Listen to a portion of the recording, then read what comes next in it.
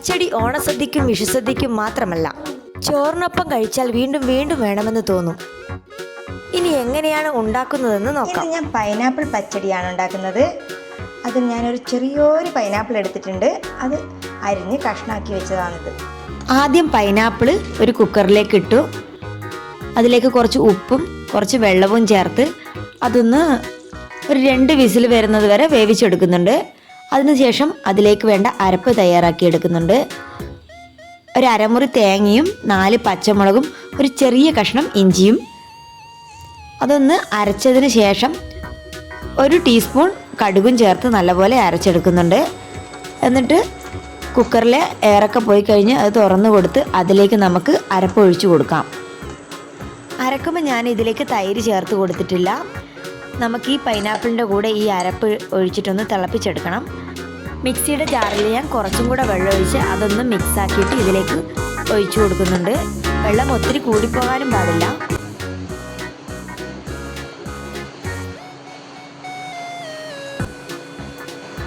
തിള വരുന്നതിന് മുന്നേ നമ്മൾ ഇളക്കി കൊടുക്കണം. തിളച്ചങ്ങ് പൊന്താൻ വിടരുത്. ഉപ്പ് കുറച്ച് കുറവായതുകൊണ്ട് കുറച്ചുകൂടെ ഉപ്പ് ഈ സമയത്ത് ഞാൻ ചേർത്ത് കൊടുക്കുന്നുണ്ട്. മോരൊഴിക്കുന്നതിന് മുന്നേ തന്നെ ഉപ്പ് കുറവാണ്. മോരൊഴിച്ച് കഴിഞ്ഞാൽ നമുക്ക് നോക്കിയിട്ട് ഉപ്പ് ചേർത്ത് കൊടുക്കാം കേട്ടോ.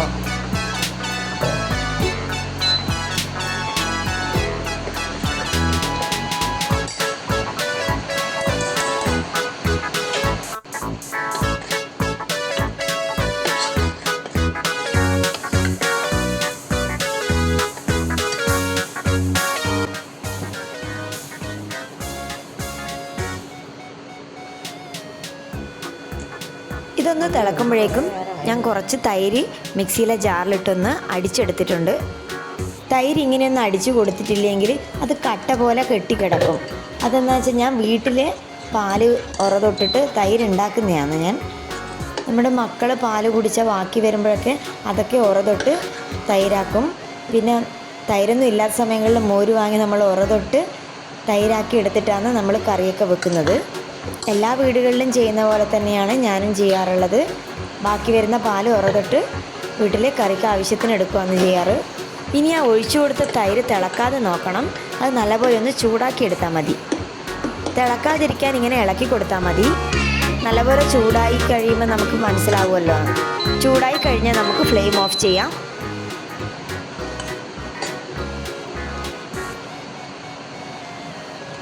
തൈര് ചേർത്ത് കൊടുക്കുമ്പം പുളി നോക്കിയിട്ട് വേണം ചേർത്ത് കൊടുക്കാൻ. പുളി കുറവാണെങ്കിൽ നമുക്ക് കുറച്ച് അധികം തൈര് ഒഴിക്കാം. പുളി കൂടുതലുള്ള തൈരാണെങ്കിൽ കുറവേ ഒഴിക്കാൻ പാടുള്ളൂ. പച്ചടി നാളത്തേക്ക് നല്ലപോലെ പുളിക്കും.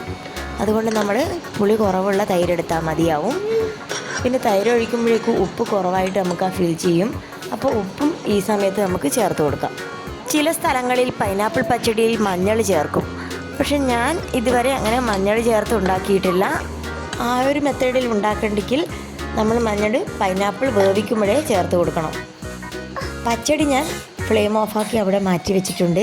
ഇനി അതിലേക്ക് നമുക്ക് കടുക് താളിച്ചിടണം. ചൂടായ ചട്ടിയിലേക്ക് നമുക്ക് കുറച്ച് വെളിച്ചെണ്ണ ഒഴിച്ചു കൊടുക്കാം. എണ്ണ ചൂടായിട്ടുണ്ട്. അതിലേക്ക് നമുക്കിനി 2 ടീസ്പൂൺ കടുക് ഇട്ട് കൊടുക്കാം. കടുക് പൊട്ടിക്കഴിയുമ്പോൾ അതിലേക്ക് കുറച്ച് ചെറിയുള്ളി അരിഞ്ഞിട്ട് കൊടുക്കാം.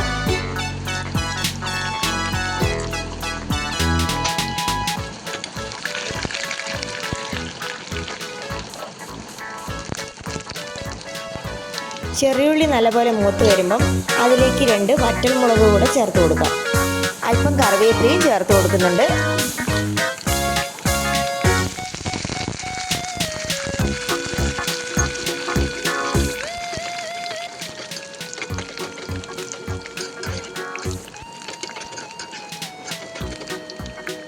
കടുക് താളിച്ചത് ഇനി നമുക്ക് പച്ചടിയിലേക്ക് ചേർത്ത് കൊടുക്കാം. അങ്ങനെ നമ്മുടെ പൈനാപ്പിൾ പച്ചടി റെഡി. കടുകും കറിവേപ്പിലയും താളിച്ചൊഴിച്ചതോടെ അതിൻ്റെ രുചിയും മണവും ഇരട്ടിയായി. ഇത് ചോറിനൊപ്പം കഴിച്ചാൽ ഒരു പ്ലേറ്റ് ചോറ് നമ്മൾ അധികം കഴിച്ചു പോകും കേട്ടോ. ഇഷ്ടപ്പെട്ടാൽ ഈ വീഡിയോ ലൈക്ക് ചെയ്യാനും ഇതുപോലുള്ള രുചികരമായ റെസിപ്പികൾക്കായി ചാനൽ സബ്സ്ക്രൈബ് ചെയ്യാനും മറക്കല്ലേ.